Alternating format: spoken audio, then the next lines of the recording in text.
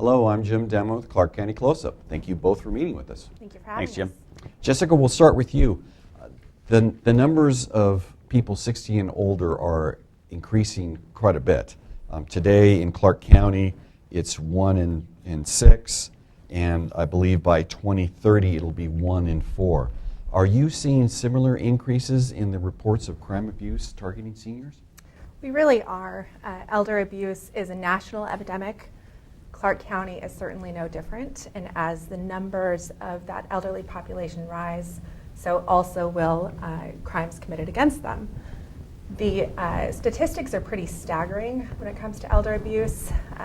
1 in 10 seniors reports experiencing some sort of abuse over the last year. 1 in 5 seniors will be financially exploited at some point. For every case that is reported, about 23 never come to light, and some studies have put that as high as 1 in 44. So the big issue is just outreach, community awareness, and we are seeing an increase in that. And certainly institutions, for example, banks, are paying closer attention to what their members are doing and whether they're being exploited, and they are in fact reporting, because for whatever reason, these victims don't often report their own victimization. So we are seeing an increase in reporting, and consequently can increase our prosecutions and investigations. So that might be my next question is, why are seniors being targeted? Well, seniors hold about 70% of the nation's personal wealth. There you go. And they also obviously have an increase over the general population in cognitive impairment. So they may not be aware that they're being victimized. They don't report for a lot of reasons. Often the perpetrator is a family member. And so, they have love for that person. They have guilt about reporting. Oftentimes the perpetrator is also a caregiver. So they have a lot of fear about what would happen if they do report. What will happen to them if that person is removed from their lives? Are they going to be placed in a facility? There's a lot of fear of that amongst the population. So when you have all those factors combined, it really does kind of create the perfect storm, because you have a very lucrative, easy target. Mike, what are some of the common reports of abuse and crime that you're seeing? Well, the Elder Justice Center covers many facets in there, whether neglect, physical abuse, sexual abuse, financial exploitation, which covers theft or burglary, robbery, etc. But the majority of the cases that I deal with have to do with financial exploitation. And that's where, as Jessica said, that the person, the suspect, could be a relative or a friend or a caregiver. And some of those have to deal with social engineering scams, such as dealing with sweepstakes, where they call up and they say, hey, you just won this amount of money, and so if you just put down $500, and then we'll go ahead and ship you the money. And obviously that doesn't ever unfold. Or seeing within Clark County that we've seen the warrant where the person calls up and says, hey, you need to pay us because you have an outstanding debt or a warrant, and if you don't, we'll get the authorities involved and we'll have you arrested. And so preying upon the fear of the people. Also the grandparent scam, where the person calls and says, hey, I'm your grandkid, long lost Bobby or Susie, and I need $5,000 to get out of jail. And so grandparent says they're confused or they don't know, and they end up wiring the money. Or computer tech, where some emails, or that there's a phone call, hey, something's wrong with your computer, and so we need to have access to your computer. The elderly or senior person gives them access, and then they end up infiltrating the computer there. And some lack of training for the caregivers, and also with the financial institutions, some of that is fake, meaning that they're getting an email saying, hey, we're Wells Fargo, we need to have you give your password, your PIN number, your bank account number, because there was an error. And so the problem is that the elderly community is very trusting as they get older, and so they end up divulging that information, and then they become a victim of the financial exploitation. So, Jessica, are there special laws in place to protect seniors? There are actually a whole host of laws in place to protect both seniors and other vulnerable adult populations. And my expertise is obviously the criminal laws, but there are a number of civil laws as well, guardianships, vulnerable adult protection orders, things like that. But as far as the criminal laws are concerned, there are a number of laws in place that basically elevate the severity or the seriousness of the crime if you target a senior or vulnerable adult. For example, just in 2017, the legislature recently enacted theft from a vulnerable adult, which basically increases the sentence that you would get if you're convicted of that crime over just a general theft. Identity theft is the same thing. So if you target a senior or vulnerable adult, it can automatically increase it from a second degree to a first degree, regardless of how much money was actually taken. We recently got a criminal neglect statute that we haven't really had before. Again, just came into effect in 2017. There are also mandatory reporter laws, which is something that people don't often think about when thinking about senior citizens or vulnerable adults. We always think about it with kids. Mm-hmm. Certainly we're all mandated reporters for kids, but oftentimes it doesn't occur to people that they're also mandated reporters for vulnerable adults if they suspect or have reason to believe that somebody is being abused. So yes, there are a whole host of things. And one of the other crimes that we're seeing prosecuted with more frequency or reported with more frequency is vulnerable adult protection order violations. Okay. So because there is an increase in people getting vulnerable adult protection orders. And if you violate that, that's obviously a new crime. Okay. So can you tell us about the Elder Justice Center? What's its role? What agencies are involved? Sure. So the Elder Justice Center was created here in 2011. It was one of the first of its kind in the state of Washington, here in Clark County. And basically it's a multidisciplinary unit that houses a number of different agencies. And we work focusing on the prosecution and investigation of crimes committed against both the elderly and other vulnerable adult populations. And I think that there's a lot of benefit that we see from specialized training. Certainly just having us all housed together is really helpful. It increases the communication amongst the agencies, the coordination of efforts.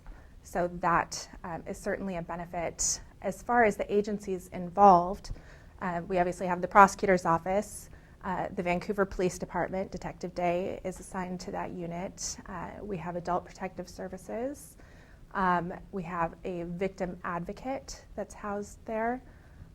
We have community volunteers that are great resources as far as what services are available to senior populations. And then on our advisory board, we have a whole host of other agencies that have input into how the agency or the center functions. But those are the agencies that are actually housed together. Okay. So, getting the word out. Mike, let's talk about what are some possible warning signs of abuse people should look for? Well, some of the typical things that you might see are isolation. If somebody's trying to isolate the person from either family, friends, public, curtailing their movement, no cell phone, no telephone, they haven't seen the person outside in many days or something like that. All of a sudden people moving into the residence that haven't been there before. The unexplained injuries. There's ways that we can tell that injuries are more than likely accidental. Don't raise a red flag, but if you have injuries that are like to the facial area or to the chest area, those could be potential red flags for us to see that there might be physical abuse that's going on. It's just one thing. The over-medication or under-medication of vulnerable adults or the elderly. Uninvolved people that all of a sudden suddenly come into the scene. Long-lost grandson or cousin Bob that comes over and says, hey, yeah, I just heard that you guys are redoing the will, and so wanted to get some more information, or I want to help out. I'm here to help. You haven't seen me in 40 years, but I'm here now. Changes in spending habits, such as grocery store, or ATM, online when maybe the elderly person's never been online, and all of a sudden there's a slew of Amazon orders now. Changes in the living trust, a will, power of attorney. So those are just some of the things to keep in mind or take a look at. Okay. Now, what do you do if you suspect someone, if you see one of those warning signs for someone? What should you do? Get involved. And as such is that at a bare minimum, you can be a reporter to Adult Protective Services. The reporter is confidential when they report to Adult Protective Services for the purpose of getting the information to them. And I would say that would be the first step. The second step is if you think that there might be something a little bit more going on, do not hesitate to call 911 to have law enforcement come out, at least to do a welfare check on there. The other thing is that if you're not really sure, have them go check with their primary care physician. Is there something going on, either that they may have had an undiagnosed stroke, or that they're on the throes of dementia, or it's neurocognitive impairment now is the new term. Or if it's something that's emergent, take them to the emergency department, call an ambulance and have them come over. So we were talking earlier, so they also could call like 311. For example, if Yes. you were to see a neighbor where suddenly these people start showing up and Sure. you don't see anything illegal, but you're kind of concerned, you can call 311 Yep. and report that. Yeah, and then have them do, so for law enforcement to come out to do a welfare check and just check on the neighbor, the elderly person, or the vulnerable adult. Okay. So what are some tips you have on protecting seniors? What should you do if you're a senior, or also recommendations you should let your favorite senior know about? Great question, Jim. So again, get involved. If you're the neighbor, check on your neighbor. Telephone them, see how everything's going. Again, if we're talking about a suspect that's isolating them, we want to get the vulnerable adult or the elderly person engaged or active in the community, because that way that there's less availability for the suspect to delve in and to take hold of the person, whether physically or financially. Have them participate in community events, such as June is coming up, which is Elder Abuse Awareness Month, and so we have a dance on June 7th that they can participate in, or World Elder Abuse Awareness Day, June 15. Have them get involved in the Furstenberg Community Center or the Marshall Center, something that gets them out to do stuff. If they can't get out, have someone come over to contact them or to be with them. I've heard time and time again that the reason that something happens is because no one comes to see me, or I'm so alone that I wanted somebody to talk to. I needed somebody to care for me or to spend time with me. So those are a couple of things. Also, and I know that this might be covered a little bit later, but one of the things is that a lot of the elderly community still use checks. And so with that is make sure that the check is completely filled out, or disguise your name at the top, so to speak. Use your first initial, middle initial, last name so they don't know who it is. Use a P.O. box. Never give out your personal information over the phone or through an email. 99.9% of the time it's going to be a scam. If you have an issue, call the respective bank or financial institution. Hey, I just got this. Is it really something that I need to take a look at, or that you had contacted me? My favorite one is for the people that are the scammers that call you, get a whistle. Put it next to the phone, and when they call, just blow as hard as you can into the receiver, okay? And then, because you don't want that to continue. Block the number from, if you have a cell phone. Particularly, I'm familiar with the iPhone, so go on there and just block that number out so that it doesn't come back. And then once a year, check your credit report. You have Experian, you have Equifax, and TransUnion as the three credit bureaus. You get one free one a year, so a suggestion would be once every 4 months, check with each one of them, so that way you're covered the whole year versus just one spot at a time. And those are just a couple off the top of my head, so to speak. Okay, all right. And as I understand, no one would ever call you, ask for your Social Security number. No bank's ever going to call you, ask you for your PIN number. All that information is available. It's best to follow up with the agencies that state. Absolutely, absolutely. And then even if you think it might possibly be a bank or financial institution, you hang up and you call them to, even if it might have been legit. It's a furtherance on to make sure that this is actually who it is. Okay.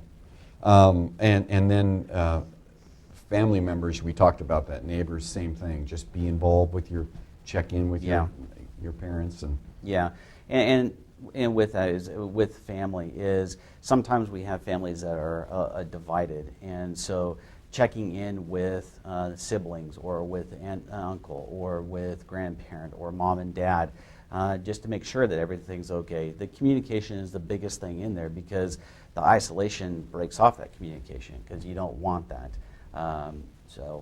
Yeah. Okay. Well, so if people, just remind people again, if people have concerns, they can either call 311 for non-emergency. Yes. But they can also call 911 if there's evidence of physical abuse, sexual abuse, imminent danger. Obviously, 911 is the number to call. Sure. For that. Okay.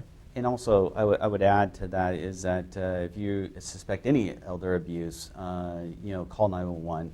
There's also areas that you can go to the website for the Elder Justice Initiative to get information for the Federal Trade Commission, IRS.